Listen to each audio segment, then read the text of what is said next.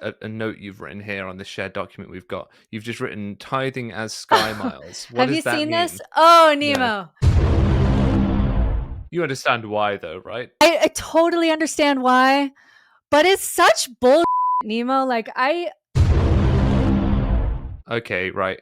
The church has gone astray, but there is a soul to it that's still salvageable. Yeah, And then you realize, no, that soul is deliberately being killed. yes, and that broke my heart. Hi everyone, welcome to another discussion with an esteemed individual. I am joined by the author of No Nonsense Spirituality today because apparently me on my own on YouTube isn't enough for some of you. You've expressed in the comments, you've expressed in other forums that really you want to see me with more guests. So I've got a brilliant guest. It's Britt Hartley. Everyone, clap for Britt. Happy to How be you here, doing? Nemo. And we've actually met in person, even though you're across the pond. We did get to We meet in did. person this year, so that was lovely. We spoke about this when we met in person, that it would be interesting to look at things the church might change, a lot of things that people put forward that they think the church ought to change, and look at whether they can or not. Sort of theologically, doctrinally, can the church actually change these things about itself? We've selected some things behind the scenes. Britt, I'm going to ask you to kick us off with the first, and then we have a bonus at the end if we have time. Okay, so the first one is going to be like the most obvious one that everyone talks about. Not even just scholars of the church, but even just average members will sometimes have conversations about what are doctrinally the options for the church when it comes to LGBTQ issues. And even just recently, we had Terrell Givens and Jared Halverson talk about how 10 years ago they used to hear things when people were leaving the church that they were leaving the church because the church wasn't true, and now they're seeing people leave the church because the church isn't good. And one of the reasons that they cited was people, especially young people, don't know how to explain to other people why we limit LGBTQ people. And that was becoming increasingly a problem. And so even apologists are really talking about this. What can we do here? So I'll throw it out to you first. What do you think are our options for this population? I think it's incredibly tricky because of some of the doctrines surrounding the sort of heteronormative eternities, right? The idea that it is a man and a woman that will eternally procreate. I think that creates barriers to any of this sort of doctrine. But then I think there's precedent because you look at the life of Joseph Smith, right? And these same apologists will try and justify what Joseph Smith did with someone like Helen Mar Kimball as it being some sort of eternity only sealing as a union of houses, etc. So if sealing isn't all about sex and isn't all about those sorts of things, then I think there's space because I think the debate often from the church around not including homosexual couples. Let's just keep it to homosexuality for a second. Not including those couples is, well, they can't reproduce, they can't procreate, they can't have children, and that's what God wants us. We're here to have children. So if there's other reasons for people to be in eternal unions, like not having children, which is a lot of what's used to justify Joseph Smith's polygamy, then those same justifications could be applied to other types of eternal unions that also can't produce children either here or Hmm. in the next life. Yeah, it's very weird, and the church kind of plays both sides. So when we're talking about gay marriage, they'll say like we know that this is not the order of heaven. And then when we start asking polygamy questions and those early sealings that get really messy, then all of a sudden like we don't know what eternal relationships are like. And they do play both sides. So the best philosopher when it comes to queer theology is Blair Ostler, and she's been kind of out of discussions of late. She's been out of the public eye, but she wrote a book and she was public for some time talking about doctrinal options for queer theology, because when we do look at the early church, we have men being sealed like under like it was almost like a dynasty, so men would get sealed into like Brigham's hierarchy, and we have slaves being sealed to Joseph to eternally serve him, and we have non-sexual sealings. And so essentially Blair Ostler takes that and says the earliest doctrines that we have on sealings wasn't about a man and a woman. It was about sealing together the human race, sealing together everyone. And there was a variety of options that you could be sealed together. And so she kind of took that, all the messiness of early church sealings, and said, hey, we have options here. It was never about monogamy. We have Dallin H. Oaks just last week talking about mothers in heaven. We're not, even today, we're not talking about specific monogamy. And so why have we created to be this monogamous thing when our history is a history of non-monogamy? Yeah, I think it's important to say that this then goes to a spiritual place, right? This isn't saying that, same-sex relationships will be acceptable necessarily in this life, before they're acceptable as an eternal thing. But what I think we do see is what happens eternally in the church then ends up essentially becoming acceptable because in physically, because the argument is, well, if that's how we're aiming to live in the next life, then why would we not try to live that way now? Yeah, and there is doctrinal, and a lot of Mormons today don't know this, but there is doctrinal precedent for the idea of God being communal, that God is a community. And so if sealings are a part, if the point of sealings and doing all this temple work is just to seal the human family as one so that we all learn from each other, and it's like a kind of collective God.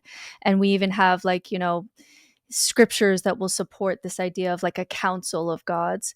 If that is the concept of God, you could certainly build on that to create all kinds of relationships that could seal into each other so that Mm. we're all connected together. If the point of it is connection, you Mm. could get there with early Mormon doctrine. Because I feel like in many ways the church's attitudes towards homosexuality aren't necessarily theologically grounded in anything specific to Mormonism. They seem like just a carryover from just more generic Christian worldviews and more generic social worldviews that are represented by the sort of ages of current church leaders, right? You think about You're right. Yeah. the age of Daniel Chokes and when his formative Yes. years were, and same with Yes. Russell M. Nelson. Because while the mainstream Christian church can be limited by things like Leviticus, the LDS church is not. Like, Yeah.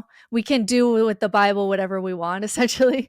And Yeah. so, yeah, you're right that we don't seem to be held back by any theology. And we have so much early doctrine on God being communal, and different kinds of sealings, Mm. and certainly polygamy, that there's a lot of doctrinal options. There's the argument that, okay, that's in the past, that's how it used to be, but continuing revelation shows us that this is the way it is. I think the very simple rebuttal to that is continuing revelation could then just show us that it is to be a different way again. Mm-hmm. You know? Yeah, yeah. In the same way that Joseph seemed to be more open to Black people than Brigham Young Hmm. was, and we could use that when we wanted to, when it Yes. was the right time to. You could Yeah. do the same thing. Now, the issue that we're going to come up against is that I don't think we have huge doctrinal or theological things that are unchanging that is going to limit our ability to do this. I think what we're finding, and this is now bigger than Mormonism, is that in America, churches are more political than they are theological at this point. And churches are either on the political left or on the political right, or some churches, like the Methodist Church, over this issue will just split in two. They'll just be now two different churches based on this. So we know from the data that it used to be 20, 50 years ago that your religion would influence your politics. And now we know that politics is really the driving force in America. And it will, and when people have to choose, and we saw this when we had, the vaccine debate in America, when people had to choose between their politics and their religion or what the prophet said, they chose their politics. So I think the issue here is not a doctrinal one. I think there are ways, not only with continuing revelation, like you can always play that card, but even with early church doctrine about community, that you could make it that way. I don't think that's going to be the issue. The issue is going to be that we're far more political than we are religious in America, and this is the hot button deciding political issue for many people. But then that's a very America-centric view of the church, which I understand because the church, is very American still. But their constant boast is that they're growing in places like Africa, which currently are politically conservative in many ways. Some of these countries where the church is growing. But I wonder what will happen once you have an established population of church members in these countries, and if these countries then begin to shift politically, what difference that might make, or what you're going to see more in Europe. Are you going to see more pressure from outside of the states on church leaders? I guess the question is, do church leaders care about any sort of social pressure beyond what happens in their on the Wasatch Front and in the Mormon corridor? I would say possibly in the future, if the Mhm. church gets to the point where we start getting apostles from other places, and I've had a lot of conversations with Mormons who are either scholars or in leadership, talking about hoping that the future of Mormonism has an apostle in each different part of the world, and they Zoom together, when they have Mhm. meetings, rather than having to all be in Utah. And if that's the future of the church, we would certainly see changes. And for example, the best example of this is that in America, the only church in America currently that is able to hold like 50% Democrats and 50% Republicans is the Catholic Church. And the only reason that they are able to manage having a congregation with differently voting people is because once in a while the Vatican will come in and say, "Hey, America, you need to knock it off." Because some of Yeah. the liberal Catholics will say, you know they'll try to like deny communion to the other, like, "Oh, Joe Mhm. Biden doesn't, he supports abortion, so we're not going to give him the communion." And they'll have battles like that, but because the power source is somewhere else, they're able to, once in a while the Vatican will just say, "America, you need to knock it off." And so they're able to hold, it's a tenuous relationship, but they're able to hold um different voting populations. So if the power started to spread Mm. where we had apostles in different areas of the world that were able to voice that, that could be a possibility, but we're a long way from that. We're still so Utah centric. I don't see that being an issue for a long time. Well, speaking of the Vatican and I guess religious leadership in general, let's move to women and the priesthood. Because and I'll just read this little thing I've got here. It says that I've written for myself. Community of Christ have ordained their first female prophet in Stacey D. Cram. Women have held the priesthood in Community of Christ since 1985. With Community of Christ's belief system and origins being so similar and intertwined with Brighamite Mormonism, so those that followed Brigham Young that make up the current church based in Utah, could we see Mormon women receive the priesthood in the Brighamite sect? Yeah, my answer to this one is no, and largely because I think the women more than the men. So we had that groundbreaking study by Jana Reese that showed that it was a question that was like, if the prophet said women can have the priesthood now, would you be against it? And there were more women against that than men. And so what we're seeing is, not only is Mormonism kind of set up for men, it's a patriarchal religion, but we also see that the women who do well in Mormonism, who want to stay in Mormonism, who aren't weeded out by the time they're 16 or whatever, are women who also benefit from patriarchy, who really do want, often, to just have a more submissive type of marriage, to have the man be the leader in the home and in the world and things like that. Would a different type of woman survive if the setup were different? Yeah, absolutely. But Mm, for now, it's like the women in the church aren't fully asking for this. They're not fully asking for the priesthood. They're asking for more voice. mm. And so I because of that dynamic, and because we know that the second that you give women the priesthood in any other denomination, male participation goes down that second. Like, we know, and this is what Blake Ostler, not Blair Ostler, different philosopher, not related. Blake Ostler talks about that he thinks that men need the priesthood because they need something to do, because if women had the priesthood, women would do everything and do it better, and then men would have nothing to do and they would just stay home and there'd be no men in the church, is his argument. So we know that male participation goes down, and the church is bleeding women already. They can't lose men too. So I don't see this being a thing. I think they'll continue to give little breadcrumbs of more power to women without kind of calling it, a real priesthood or real priesthood power. What do those breadcrumbs look like then? What does that look like? The little things you think? In the past, it was like you can witness baptisms and little things like that. Maybe like the beehives or the my maids. They're not even called that. The young women, whatever they're called, could maybe pass the sacrament in the women's lounge. Little things like that. Right. But the big one that is possible that I think would do the biggest change for the church as far as positive things for the church, where you don't even have to give women the priesthood fully, is to allow women to have control over their own money. And we do have precedent of this. And so my thing is like, I'm not even arguing that women get equal power to men. We're so far from that. Like, we're so far from that. But what we could do, like a reasonable next step, is we could say, can we at least get as much power as early Mormon women had? Because current Mormon women have less power than women 200 years ago, which is actually quite shocking. That's actually quite shocking. So allowing women to bless one another. We had a beautiful blessing ritual where we anointed women's bodies before they went into childbirth. When I read it, even now as an ex-Mormon, I wept. It's one of the most sacred things I've ever read.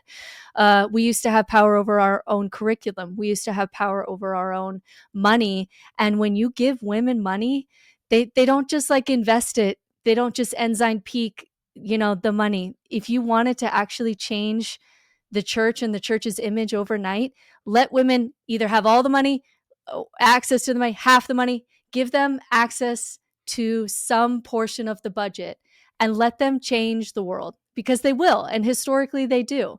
And it is the number one way to relieve poverty, is to give women money, because women don't just raise themselves out of poverty. Women raise everyone around them. They move the ground up. They move the floor up for everyone. Right. So what we're talking about is we're talking about the emancipation of Relief Society from the control of Yes. male leaders, essentially. Yes. Right. That's the one that I think that at least for now, for where we are, we have precedent of that. That's how Mhm. Joseph Smith set it up. He turned the keys over to the women. We could at least get to that because Hmm. Joseph set it up that way. And we don't have that. We have less than that. So I think that's the most reasonable first step before you start going into, official priesthood stuff, which I think we're pretty far away from. Okay. Well, again, bringing it all back to the church leaders because we have nothing but the men to talk about. Clearly, let's talk about emeritus status for leaders. Back when when they had recorded meetings, which as a historian, I'm really upset that they no longer have personal journals and meeting notes, You because understand why, though, right? I totally understand why, but it's such bullshit, Nemo. Like, of all the things that get me mad, it's like we're a record keeping church, Yeah. and we're told from the time we're very little that we all need to keep journals. And the second you become a leader, do not write a thing down. Do not keep a personal journal. We do not have the notes of these meetings. It really bothers me. It really bothers me. But it does. It definitely begs the question of, well, why? What are they hiding? Yeah, and and I see PR why they have to do that, but it is No, it is I say let them. disappointing. We've come from a religious tradition of Joseph Smith writing down every little thing that he felt like God told him, including how much people can invest in the Nauvoo mansion house, right? God was really in every little detail when Yes. Joseph Smith was around. So if he's in the details of these meetings, why are we not keeping a record of them?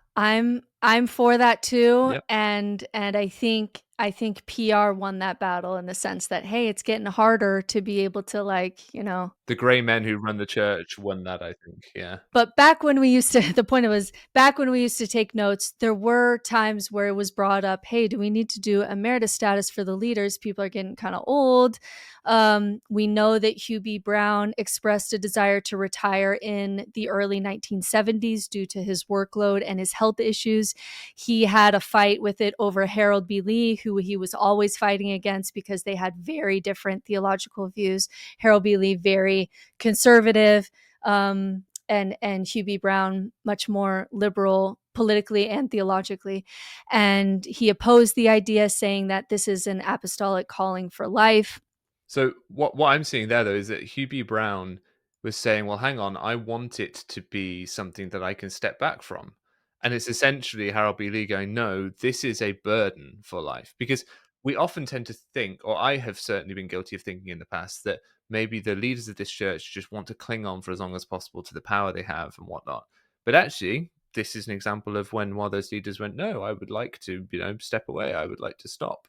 And he was told, no, this is something you're now burdened with. Do you think it's because they've seen too much, they know too much, they've seen how the sausage gets made, and they now have to be kept within the confines of that group until they die? But I mean, there's no reason why they couldn't go emeritus, and you couldn't just stop them, put a gag order on them, stop them publishing anything. Yeah, there's a couple concerns there. The allowing emeritus status invites, like, they watch the Catholic Church and how they do conclave, or other religions how they do succession of power, and they've kind of been able to stay out of a lot of those succession leadership issues by just saying, until God kills you, it's in God's hands. And that kind of relieves a lot of the political issues, because again, these are 15 men that have to be unanimous. That's very difficult. And so allowing emeritus status, I think the fear is it invites pressure to remove leaders for reasons other than age and health. And then we start to see political jockeying, because they've had, members don't know this, but within the Q15, there's been political issues. There's been lines drawn. There's been, we're trying to do this and one person is holding it up kind of stuff.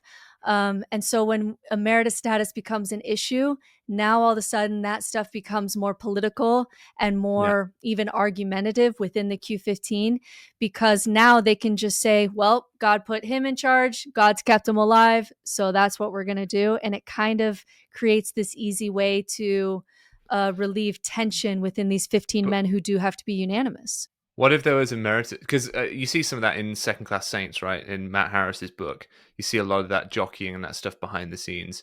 What if the emeritus status was simply tied to an age? So you're 70 to you're 70, right? And then you become an emeritus 70. That's currently how it operates for anyone below the 15. Why don't you just make their age 80? And then, if they make it out of being a 70, then at the very cusp of it, they'll still be an apostle for 10 years. That's still a decent chunk of time for stability. It's a similar length of time to anyone being a state president or anything like that. Yeah, that is one way to do it, where you could still, yeah, you could still have like a hard stop, so that you don't have like, because if emeritus status was available in times past, there would have been pressure to like, hey, Harold B. Lee, you're doing some really wild conservative America stuff. We need you to step down for health reasons. Like, I think some of that would have happened. He's like, I'm not 80 yet, so I'm Yeah. still in So charge. you could still have that hard stop. I think on this one, in contrast to the other ones we've done, I think this is going to be one that they're eventually going to be forced to do this. Like, they've been able to hide, like they were able to hide a little bit Thomas S. Monson's dementia and how much others were running the church, but they're going to increasingly be able to hide this less and less. And I just think at some point the dementia is going to be so bad, someone's going to say something so off color, so 1920, that they're just going to have to do this. Like, they can't hide from this forever. When Henry B. Eyring turned 90, we had, for the first time in the history of the church, a first presidency that were all in their 90th decade of life. And then Russell M. Nelson, because he has to be the winningest, bestest prophet ever, Mhm. went to 100, which no prophet's ever done before. And he's looking set to reach 101. I'm not sure. I mean, there's some stuff going on in the background where it seems like the training for mission leaders, he's given the same presentation twice in a row now, pre recorded. So they're just recycling that video now, it would seem. And some people are saying, does that mean he's out of it? But we just won't know. It's like the death of the Queen. We just won't know until he dies that's on its way, because they will do their best to hide it. But like you said, they can't hide it forever. For how much now we're online, and people are taking videos of Dallin H. Oaks in a sacrament meeting, and that's now all public information. The more that continues, where there's videos of these guys all the time, and whistleblowers and leakers and all that, Mm. they're just not going to be able to hide. And the shocking thing is that for an 100-year-old man, Russell M. Nelson is quite progressive. Like, he's moved a lot in his life. But for where like a 20-year-old is today, it's still just a world of difference. So there's only so far a brain can move in a lifetime, and we're meeting the limits of that. And he doesn't have to be. I would always raise the argument that it doesn't have to be that you can't have any elderly leaders or any people with this sort of life experience. I think they're important. I think it's always important to have people that have lived a full life who can give lessons of the wisdom of age. But it's also important to have younger, dynamic people who can bridge that gap. And I don't think the 70s do that because they're all desperate to get their turn at the top, so they don't want to rock the boat. I think the problem with the structure is if we had more churn, if we had more people moving through, uh, if you had a version, which you kind of do in Kurt and McConkie, you've essentially got a Mormon civil service, right? That doesn't change with the changes of power. You've got that consistency. So don't rely on these men for consistency. Instead, have these men be actual theological thinkers. Don't have them all be businessmen and lawyers. Have them be actual theologians, people that actually can think about these things. Have them be dynamic and vibrant, and some of them younger, some of them older, and have this diversity of view and opinion. And they're not there for the day-to-day running of the church, which does need to be very stable. It's a very expensive organization to run. It has a lot of money, a lot of assets to control. Yeah, it may go that way if the church continues to grow internationally and become something more like the Catholic Church, where there's so much space to be a Catholic, right? You can be liberal, you can be a Democrat, you can be this part of the world and that part of the world. There are young bishops and old bishops, and there's continuity, but there's also some changes, and it could go that direction. It would have to survive this kind of collective faith crisis that the church is having. Um, so yeah, it could go that way, but as people are leaving, the problem is when you brought up the theologian piece, the church has outsourced the stability to Kurt McConkie, but Mhm. it's also outsourced its theology to BYU. Like BYU And is apologists. Yeah. and apologists, the professors, that's who's doing theology. And then sometimes, like those theological ideas, or even seminary teachers, there's sometimes that theology like goes up to the leadership, and they'll like learn something, and it'll show up in a talk or something like that. But we don't have a theology in Mormonism anymore. We don't have a functioning theology. We don't really have a functioning theologians. It's kind of outsourced to BYU. But as we're excommunicating certain kinds of BYU professors, the ones who are more liberal, certainly the ones who are more open to change, as those guys are getting excommunicated, now you only have a pool of a very small set of theologians. And Patrick Mason has talked about it when he became the chair for for Mormon history, and he said, I'm too young to have this job, but the generation of historians above me were so scared by the September 6th, we lost an entire generation of Mormon scholars. I'm too young to have this position, but I guess I'm going to have to step up. So we've lost all of that theology Yeah. by all of those I look at excommunications. Spencer Fluman. Like, he was someone I spent some time with while he was over here in Oxford, and he, lovely guy. Clearly wants to try and create a bigger tent in Mormonism, from what I can tell, but has been pushed out. Has been kind of pushed out of the Maxwell Institute, of these sorts of places. If I'm remembering these things correctly Yeah. now, but Same thing happened with Fiona Givens. She was doing yeah. a lot for Mother in Heaven kind of stuff, and she was like really like treated very poorly by Maxwell Institute and other intellectual wings of the church that have kind of gone a certain direction. And so now we don't really have any theological balance. We only have the most conservative kind of apologists and professors who have been able to stay under the radar of excommunication. And then if they're informing the leaders of the church, Then that's what our theology is. And we have that. And it was actually a one of the reasons why I left. There's multiple reasons, but one of the reasons why I left, I wrote a whole book. It's somewhere on my shelf on Mormon philosophy and all of the not only options that we have for Mormon theology, but some of the most beautiful things that came out of the early church, and real philosophical ideas that are profound and beautiful. And I actually had to sit back one day, and I remember crying because I had to mourn that Mormonism that had kept me in this strand that was very philosophical and interesting and open and beautiful. I had to admit to myself that strand had died. yeah, there's no place for it. There's no Yeah. place for it anymore. There maybe could have gone that direction, if you go back in time and change some things. But that strand of Mormonism, I truly consider dead. That's something I definitely had to come to terms with when I lost faith in the structure of the church, but not necessarily my theological belief. Was this kind of, okay, right, the church has gone astray, but there is a soul to it that's still salvageable. Yeah. And then you realize, no, that soul is deliberately being killed. Yes. And that broke my heart. Yeah, that really did break my heart because there was some beauty there that I had fallen in love with that now I realized, I used to think maybe there was a space for this strand of Mormonism that I could practice, and not only did my local congregation but also the church at large really just said that's not Mormonism anymore, and it's not welcome here, and that was very hard to accept. And so you get people kind of transferring over to places like Community of Christ and other offshoot groups that seem to be more open and more accepting. But the reason we won't get into the reasons why you didn't go there, because that's a whole video in and of itself. Uh, but I will just say that this sort of looking back to early parts of the church and early teachings of the church, as we've talked about with women and the priesthood, as we've talked about with these things here, can be important. I think I do still think it's important to take those and to remind people in the present day this is what was taught at one point. For example, I would say that the fact that in 1958 the church published the church's financial records for the year 1958 were the last to ever be published publicly. So when everyone says, "Oh, it's not the members' business what money the church makes," well, it was until the late 50s. Then all of a sudden it wasn't because Henry D. Moyle bankrupted the church. So, but similarly, we've got this prophecy around tithing in 1907 when Joseph F. Smith said, "I want to say to you, we may not be able to reach it right away, but we expect to see the day when we will not have to ask you for $1 of donation for any purpose except that which you volunteered to give of your own accord, because we will have tithes sufficient in the storehouse of the Lord to pay everything that is needful for the advancement of the kingdom of God."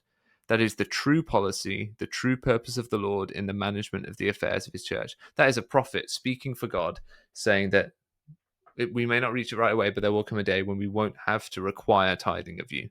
You can still freely give it, but it will not be something that we ask of you and require of you. That is the true nature of the management of the Lord's affairs. Have we reached that time? No, this one's not going anywhere.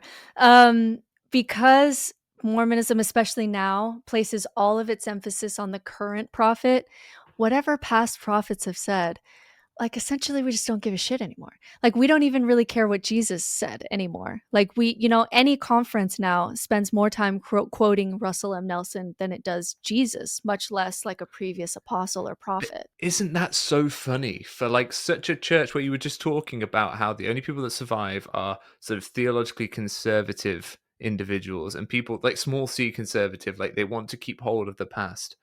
You would think that a church like that would be like, no, no, we have to just go back to what Jesus said. We should go back to what the founder said. But no, they're incredibly progressive in terms of, oh no, it's all about what the latest leader has said. It's all about, it's not that they're not authoritarian, because they clearly are very authoritarian, because it's all about what the ultimate leader says. It's a But it's, very yes, you're right. you It's see like the yes, irony yes, there? yes, yes. It's and the same thing happens with like in America with the idea that we're a Christian nation, and they will claim that this is our history and this is our identity and this is our heritage and we're a Christian nation, and they're essentially rewriting American history to make it that way in conservative circles, but they actually don't go back and read how critical of religion Thomas Jefferson was, how he cut up a Bible and cut out all the supernatural parts and just kept in a few like moral statements of Jesus. Not to mention like Thomas Paine, and these men were deists. They weren't theists, and so we not only see that in conservative churches theologically, but also just in conservative America in general, that they want to hold on to this idea of this eternal past, but they're rewriting history in a way that's just not history. So that that I have to combat in America Mhm. theologically and politically. But for this one, we have so many. The most recent talks are all about tithing, not for the money of the church, certainly not for the upkeep of the church. It's talking about you do it for the blessings.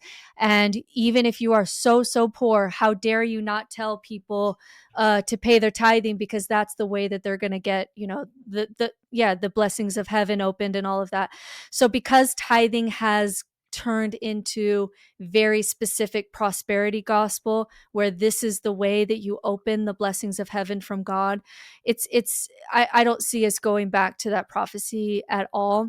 What I do see is there may be some middle ground options, especially if the membership of the church continue to be concerned with, like Ensign Peak stuff and investment stuff. So some middle ground options would be to like remove it from temple recommend questions. Mm-hmm. You could move it to donations in general. Well, I started a petition to ask for just that, right? If you don't want to give up the blessings of paying tithing, if tithing is about how, Russell M. Nelson said, I'll insert the clip, but it said tithing is not about the money, it's about how it changed him, right? Insert clip here. Was the church any different because we increased our tithing? Of course not. However, becoming a full tithe payer changed me. That's when I learned that paying tithing is all about faith, not money. If that is the case, then paying tithing to any organization, faithfully giving up that amount of your wealth to any organization should be Should acceptable. count. Yeah, should count. And you should be able to say, I give to the church, but I also give to this women's organization, women and children. Like there's a women and children's shelter here that I try to give to, and you could add all that up and say this is tithing. And now that I'm thinking about it, didn't they have a time in the church where there were a lot of like progressive members who were giving all of their money to like fast offerings or humanitarian aid, hoping that the money was earmarked for that. And then the tithing slip changed. And on the bottom, it said, hey, you can say that you're giving this to humanitarian aid, but the church is going to use this money how it sees fit. Eventually, like, they're essentially saying you can try to earmark this money for humanitarian aid, and you, we're going to do what you want. In essentially, right? So progressive members have tried to do this, and that may be something that matters, or that is able to happen in the future just because of public pressure, of how much money the church has and how little it truly gives to humanitarian aid, because it's counting missionary hours, it's counting things that are really just supporting the church itself. So the actual amount that it's going to people outside the church for humanitarian aid, for how large it is shockingly small. And my thing in America is I want to, similar to your petition, but with a little bit more teeth in it. The deal that we made in America is that you get tax exempt status as a religion because you're offering community services. You're marrying people, you're doing community rituals, you're doing soup kitchens, you're doing orphanages. Like that was the deal that we made with religion. And it's gotten to the point now that we're looking around and like, who's doing all that stuff that we gave you tax exempt status for? You're not doing any of this. And so what I hope happens in my lifetime is, with how much we're how much churches are becoming political in America, that there's such a pendulum swing in the other direction, especially with Gen Z, that my hope is that in my lifetime that I see something like, you can have tax exempt status. Show me your soup kitchen hours. Show me, how you're dealing with homeless in your area. Show me the rituals that you're doing for the community. And if you don't do that, you lose your tax exempt status. That would be the fastest way to actually like raise a social, safety net for America. And also, if churches aren't doing it, then you lose your tax exempt status. We have that in Europe, and we've seen, for example, the Jehovah's Witnesses lose their official status as a religious group in Norway, I believe, because essentially the practice of shunning extended to children, so it was in contravention of child protection laws, right? In the UK, I think we have a certain level of transparency with the church's finances because they are a registered charity, not just tax exempt by dint of being a religion. They've had to try and register as a charity. But I think even then there is a challenge to be made as to how well they are fulfilling the criteria of a charity as it is kind of found in UK law. But again, that's an episode for another time.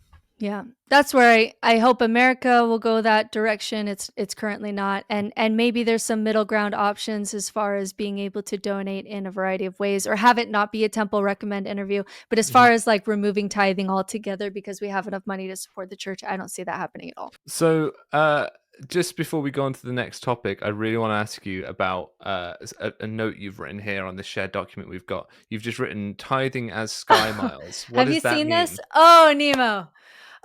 So So you can't use a credit card for tithing, like it has to, and so the TikTok sensation that's gone viral, I follow quite a few Mormon content creators to kind of just, get a pulse of the situation.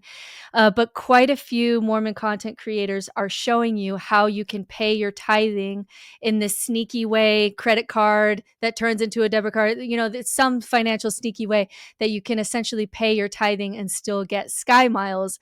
And so now everybody is asking for this hack essentially of how you can be paying your tithing and still getting sky miles. So that's the TikTok sensation happening right now. How can I get my sky miles, and as well as the windows of heaven opening, and also my sky miles to use all those blessings, so I can travel. I mean, if you're a rich member, I mean, that is just, that's just covering all your bases, you are covered. Let's talk about another sort of TikTok sensation, another thing that's going viral at the moment, which is garments. Garments are all over the shop because there is a black market developing, an underground sort of thing going on where people are trying to sell garments to people that can't get them yet because the sleeveless styles are only available in Africa. There's this new sleeveless style and everyone's going crazy for it, and everyone's forgetting what modesty was about. Everyone's trying to gaslight themselves, saying modesty was never about showing your shoulders, even though Dan Lay Jokes said that people that show their shoulders, or people that are immodest rather, walking pornography. And immodesty was definitely tied to showing your shoulders because For the Strength of Youth specifically taught that. hmm So this is one that really, really hurt women who are my age. So like I'm a little bit older than you. I turn 40 next month, and the Mormonism that I grew up in, it was the most important thing, like for your soul, was to like keep your shoulder covered. And we would be kicked out of activities. We'd be kicked out of girls' camp if your shoulder wasn't covered. And it was in the For Strength of Youth pamphlet, which is like, this is how you need to be as a teenager. You need to dress in preparation of wearing your garments. And and so the reason that so many women, because Mormon content creators are like, why is everybody making such a big deal out of this? It's because like we were told our soul, the welfare of our soul, like it was drilled into me as a teen, was dependent on me not showing my porn shoulders. And so all of a sudden, then the garments go shorter in places that are very hot, which I think is a good move, in the sense of they're having to adjust to an international church where wearing cotton garments in certain areas of the world with sleeves is, especially for women, can be damaging to our health. It can certainly be damaging to women's health. From a health perspective, I think the slip right style bottoms are really going to be a game changer for women. Yeah, because women will statistically get more UTI infections wearing garments than not. And this is just one example of the church really being run by men, is we're wearing garments that actually really harms our health. So yeah, so now there's this black market, especially for young brides, because they finally get to wear the wedding dress of their dreams and wear garments. And so they are contacting Mormon content creators who get the garments early,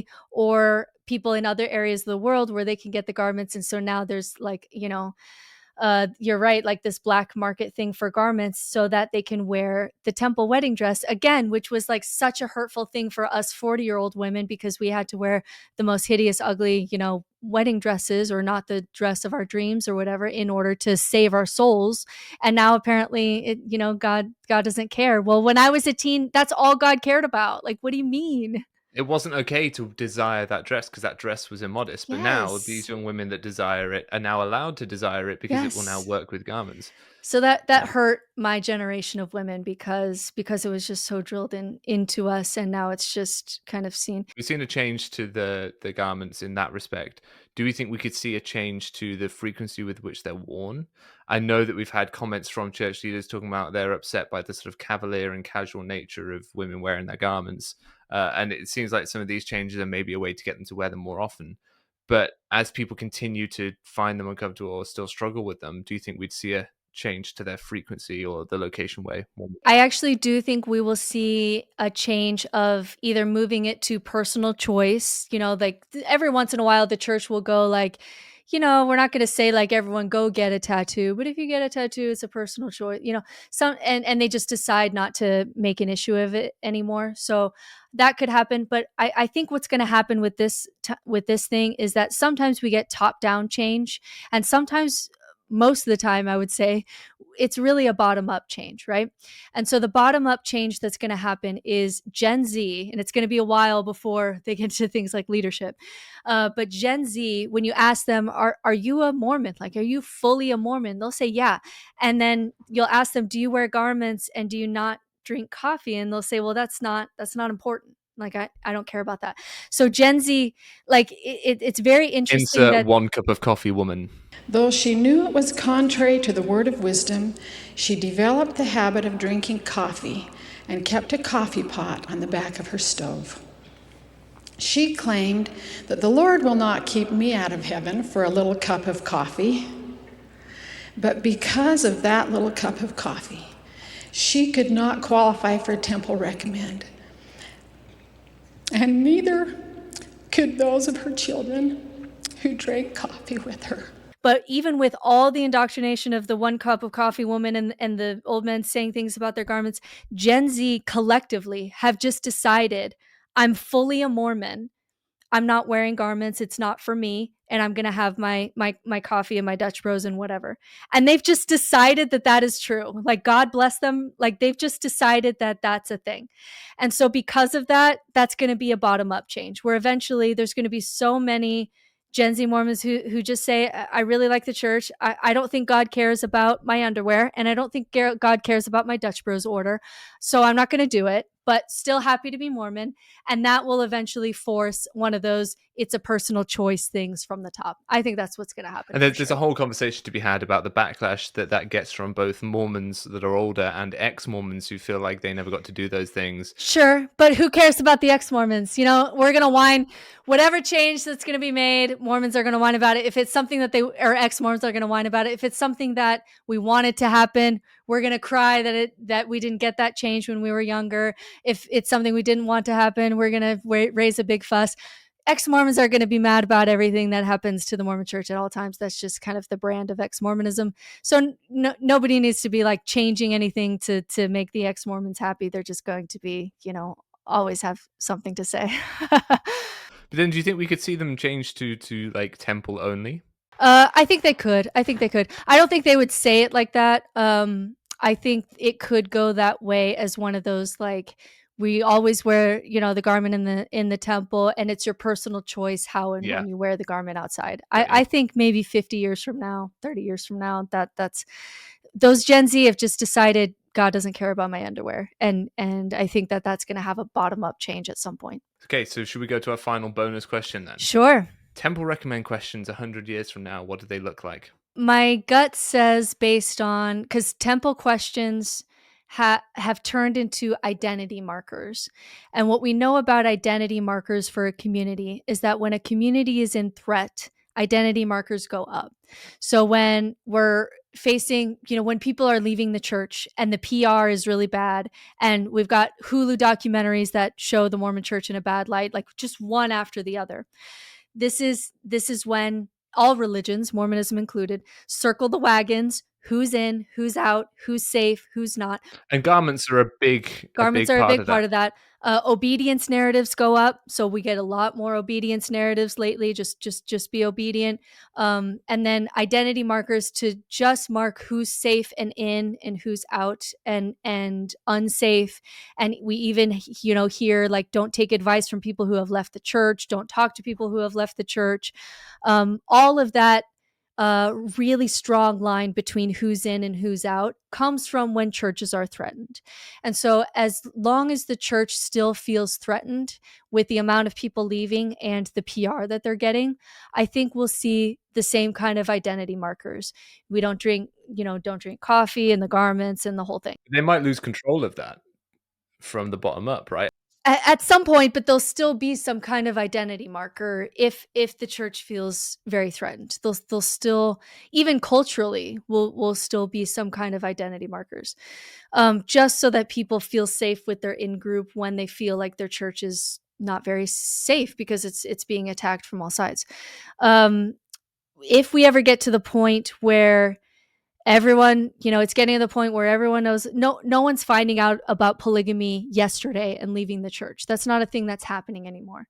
So if we eventually get to the point where maybe the church does some humanitarian things in the future that gets them really good PR, maybe people stop leaving, maybe the young men start staying. They just released a thing saying, we've had better numbers than ever for our missions. If we start seeing signals like that then lowers identity markers, and you get a lot more big tent theology. We're just happy to have you come. Just, come as you are kind of stuff. And so I see the temple recommend changes or questions change based on how much the church is feeling threatened. The more it feels threatened, the more it tightens on identity markers. The less that it feels threatened, the more I think it'll change, where it's not going to kick people out of the temple for certain things. Anyway, go through the list. I know it's slightly off topic here before I go through the list, but I think it's interesting. Does the ex-Mormon community have a role or responsibility? If we look at the church and say, if they don't feel threatened, they're more likely to make positive progressive change. And the more they feel threatened, the more they're likely to circle the wagons. Do we, as a community, I'm literally thinking out loud, so come for me in the comments by all means, but do we as a community of people who have left or been forced out of the church have a responsibility to not make the church feel so threatened that it almost squeezes down on the people who we've left behind, who are still in there? Do we have some sort of moral obligation? Nemo, In that? this is why I want you to go into philosophy. So I'm going to back up that question a little bit, because when we it's the question, that exact question was the question that gave the 4 new atheists the most trouble. So when they had their conversation, I'm way backing out of Mormonism for a second, but I think it's relevant. Christopher Hitchens, Sam Harris, Dan Dennett, Richard Dawkins, when they had their conversation and they were asked, what about what we're doing as atheists combating religion gives us the most pause? Where are we doing the right thing here? And it was that question, because there seems to be some evidence that shows the more you attack religion, the more you get fundamentalist versions of it. And so one of the reasons that Islam is not particularly fundamentalist in America is because we have certain protections for religions. And that gave especially Sam Harris the most pause, where, hey, if we were to really come down hard on Islam in America, we could actually be doing the most harm, because it could then turn to a more fundamentalist form of Islam rather than an Islam that could perhaps integrate into American society, which is what we want. We want, religion to be able to integrate with society. It's very dangerous when it doesn't. So it's a very deep question that especially my group of people, atheists, will talk about, which is, how do we critique religion without attacking people's identity so hard that we get a fundamentalist response? And I don't have a great answer for it, but it's a fantastic question of like, how do we critique well where there needs to be critique, but we always have to, and my personal answer for this is, I want to be hard on ideas and soft on people. Because as soon as I say you're a dumb person for being Mormon, for believing this, for supporting this, you're evil, you're bad, you're wrong, you're stupid, that's not only unfair to that person, but it also, that person's brain has no choice but to defend their own identity. And so I want to separate kind of identity from, let's just talk about ideas. Let's just talk about ideas here, and we'll take the identity out of it a little bit. That's how I try to do it, but it's a very deep question that I'm glad. Isn't that philosophy though? It's like, it's a great question. We just don't have a good answer for it. That's all we do. That's all philosophers do. You nailed, you got to the bottom, you got to the question, and we define the question. And we'll talk forever about the possible answers, and because there's no answer. But you're right. That is the philosopher's task. Is half of it is just defining the right question. Okay. So provide that we have that we have not caused the church to become essentially so fundamentalist that it sort of retreats behind the Wasatch Front and closes the doors, right? You get a church that's still trying to be internationally progressive. They're still growing in other parts of the world. They've realized their obligations to humanitarian aid. They don't feel threatened by other people's suggestions of what they could do with that money, but they see it as a challenge to be seen as the church that's leading the way. All these sorts of positive ways they could act. In that light, temple recommend questions.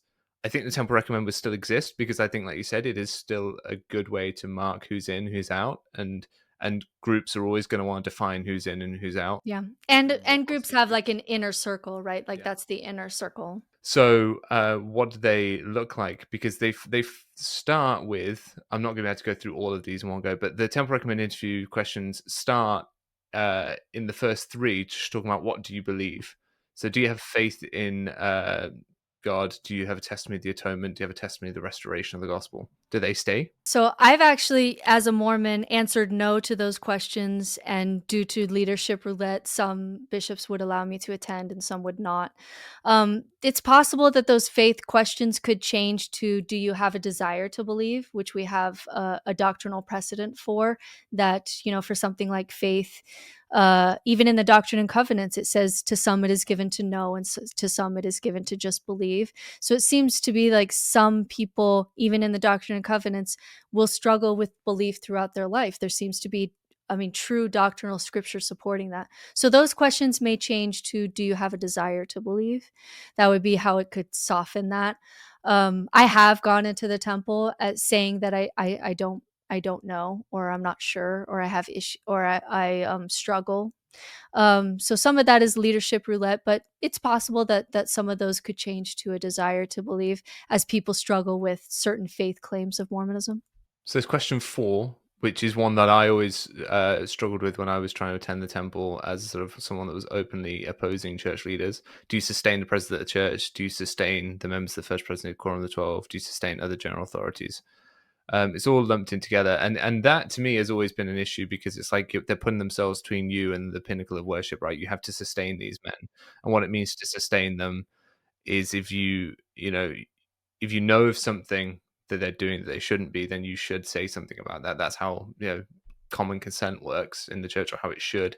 But the problem is then you're almost essentially punished for exercising that that responsibility of alerting people when they're doing something wrong. Have you seen that word sustain soften, though? I've seen that word soften in the past 20 years. Interesting, because 2016, Henry B. Eyring said in conference that it is a sin we must repent of to even think of our leaders as having human weaknesses. Have I thought or spoken of the human weaknesses in the people I have pledged to sustain? Those questions will, for most of us, lead to some uneasiness and a need to repent. Yeah, there's that. That doesn't sound like softening to me.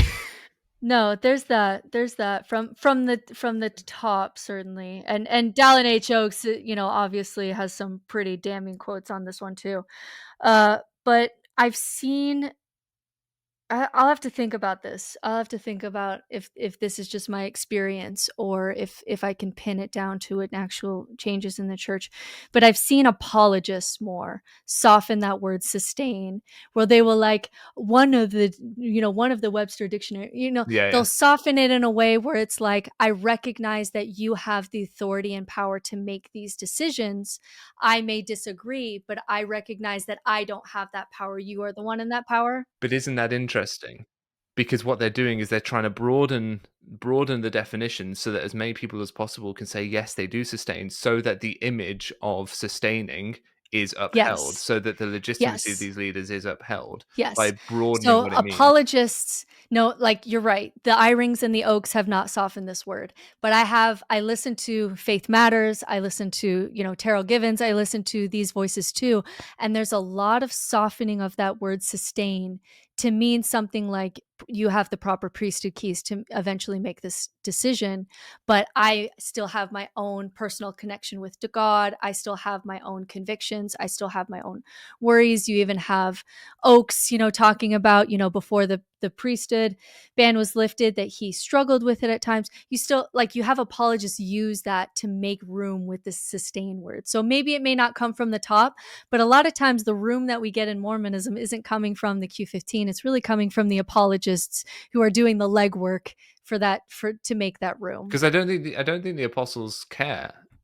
I think Right. they just say, well, as long as people keep attending, as long as this organization continues to grow, then I don't care how people manage and get along. They will say what they want to say, but they're so disconnected from the people. I don't think they realize. Or even Jeffrey R. Holland saying, like, what kind of taffy pulling Yeah. faith that you have. I mean, it's pretty condescending stuff that you get even from him. Because they're just not connected to the people at the bottom who are having to do this sort of mental gymnastics that is being pushed on them by apologists just to make it work. And they're not theologians, and I always have to remember that whenever they speak, like, because they'll I'm listening as a theologian, and it's like, well, you went this direction, and then you kind of counteracted it with this, and then I have to remember, no, they're not theologians. The theology is coming from BYU professors and sometimes Because apologists. Terrell Givens, I love some of the things that Terrell Givens I do sort of too. espouses, right? But they're not Yeah, what is taught over the pulpit. They're not yeah. official church doctrine. So you can, faith is not blind and things like that. You read that and you go, oh well, great, this is brilliant. But if I were to actually espouse any of these things directly to download jokes, if I was to say, okay, so I can think of Jesus this way, right? He'd be like, no, you can't. You can't think of the Right. atonement that way. Oh, I can think of you as a fallible individual who, of course, is making mistakes, and sustaining you just means that I recognize your priesthood authority. No, sustaining me means that you do not think of me as having human weaknesses, says Henry B. Eyring. Do you think in our lifetime, Nemo, will get a theologian apostle? Well, Holland was the closest that we've got, and it's just because he's read literature, Yeah, not right? from seminary. Not from seminary. I mean, someone a little bit more. I just don't see how they could rise up in the church No, because the how it system is is now. designed to select They would weed for. that person out long Yeah, before leadership. it's designed to select the businessmen and the lawyers and the And medical professionals. company yes men. Yeah. Loyalty is a very high core Mhm, value for the mhm. majority of these men. And theologians tend to push boundaries and think outside the box and try and they will work within their orthodoxy to a point, right? But I know someone who's he's a theology professor in Oxford. He's chummy with the church, but you talk to him about the Church of England, which is his denomination, and he has criticisms and he has these things that he'll say, oh, I don't like this or I don't like that. Um, and he'll push boundaries and he'll say, well, from my perspective, this is what I think. And because he thinks about these issues, and in order to think about these issues properly, you have to be willing to go against the grain. And these men that we select for leaders of the church aren't willing to go against the grain. And what's sad about that is that when you read Terrell Givens' The God Who Weeps, it's one of the most beautiful conceptions of God that I've ever read. And it's so sad that we've kind of sold that for a really shitty authoritarian loyalty matters more than anything kind of God, because that's not the best God of Mormonism has to offer. And I do mourn for that. I do mourn that it's that way, that even Mormon members don't know how much beautiful their religion could be. Some of them don't even know, and that's sad. That's sad to me. You know what? This feels like a good place to stop, because I can't be bothered to go through all the temple recommend questions. If people want to see Okay. more of that, they can hit the subscribe button so that they'll see future videos we do. We could do this as a standalone video some other time, where we go through the temple recommend questions specifically and just pick them apart. I think that could be fun. But I feel like we don't have the time for it here, and I don't want to do it a disservice. Gotcha. But I love the conversation. I could do this all day with you, Nemo. So it's been a blast. Tell people, Britt, where they can find you real quick. Yeah, so I'm No Nonsense Spirituality everywhere, Instagram, TikTok. I'm starting to get onto YouTube, so check me out on YouTube as well. I have a book by the same name, so it's just No Nonsense Spirituality everywhere. And my content would be probably more appropriate for people who are either leaving the Mormon Church or are never Mormon, or in the deconstruction phase at some level. And what my focus is all the beautiful things that religions have to offer. How can we regain those tools and resources when we seem to be losing or have lost our belief? And that's the place that I like to hang out recently. Cool. She definitely has a book. It's a great book. Here we go. Thank you very much, Britt, for coming on. If you liked this video, there is a button that is for that purpose. There is a button specifically for that. You can hit the like button. If this is the third or fourth video of mine you've watched by now, you should probably subscribe because you're clearly sticking around anyway. So why not tell YouTube that you want to stick around and get notified when new videos come up? So thank you very much for watching, and watch this next video here.